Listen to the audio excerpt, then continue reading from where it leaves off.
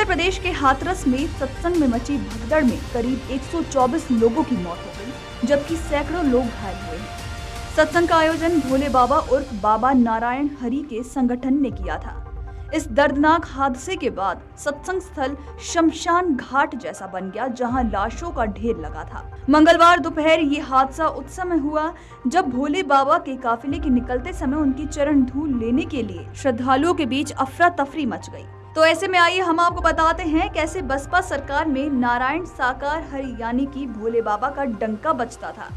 जानकारी के मुताबिक नारायण साकार हरि यानी कि भोले बाबा का बसपा सरकार में डंका बजता था। बसपा सरकार में भोले बाबा लाल बत्ती की गाड़ी में सत्संग स्थल पर पहुंचते थे। उनकी कार के आगे आगे पुलिस एस्कॉर्ट करते हुए चलती थी। बसपा सरकार में तत्कालीन जनप्रतिनिधि उनके सत्संग में शामिल होने पहुंचते रहे। सत्संग स्थल पर पुलिस की जगह उनके स्वयं सेवक ही कमान संभालते थे। सत्संग में सेवा के लिए पुलिसकर्मी भी छुट्टी लेकर पहुंचते थे। सत्संग में पूरी व्यवस्थाएं स्वयं सेवकों के हाथ में ही होती है। आपको बता दें कि इनमें कई पुलिसकर्मी हैं जो बाबा की सुरक्षा में तैनात रहने के साथ साथ सत्संग स्थल पर व्यवस्थाएं भी संभालते हैं। स्वयं सेवक गुलाबी रंग की यूनिफॉर्म में सत्संग स्थल से लेकर शहर के सड़कों पर तैनात रहते हैं। आगरा में कोठी मीना बाजार मैदान, सेवला के पास शक्ति नगर मैदान, आवास विकास कॉलोनी, दयाल बाग और शास्त्रीपुरम के पास सुनारी में नारायण साकार हरि का सत्संग हो चुका है। सूरजपाल सिंह उर्फ साकार हरि बाबा उर्फ भोले बाबा कासगंज जिले के पटियाली का रहने वाले हैं। 17 साल पहले पुलिस कांस्टेबल की नौकरी छोड़ सूरजपाल सत्संग करने लगा।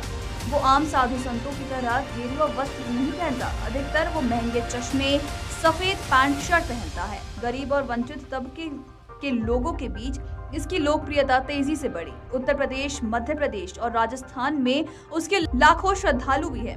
बाबा ने अपने पैतृक गांव बहादुर नगर में बड़ा आश्रम भी बना रखा है, जहां हर महीने के पहले मंगलवार को उनका सत्संग होता है। आपको बता दें कि बाबा आश्रम में हो या ना हो, भक्तों का हुजूम लगा ही रहता है। पुलिस पृष्ठभूमि के चलते बाबा पुलिस के तौर तरीकों को भी जानते हैं। इसी से उसने वर्दीधारी स्वयंसेवकों को लंबी चौड़ी फौज खड़ी कर दी। भोले बाबा 16 कमांडो के कड़े पहरे के बीच कार्यक्रम स्थल पर 11:15 बजे पहुंचा था। वो सीधे मंच पर गया और अपना सत्संग शुरू कर दिया। 1:45 बजे तक प्रवचन चला। 2 बजे आरती खत्म होने के साथ ही कार्यक्रम के समापन की घोषणा कर दी गई। इसके बाद भीड़ यहाँ से जाने लगी। 5 मिनट बाद ही भगदड़ मच गई। भोले बाबा को करीब से जानने वाले लोगों का कहना है कि वो कमांडो के पहरे में रहते हैं। मंगलवार को भी वो जब कार्यक्रम स्थल पर पहुंचे तो उनके साथ 16 निजी कमांडो थे। ये सभी काले कपड़ों में थे।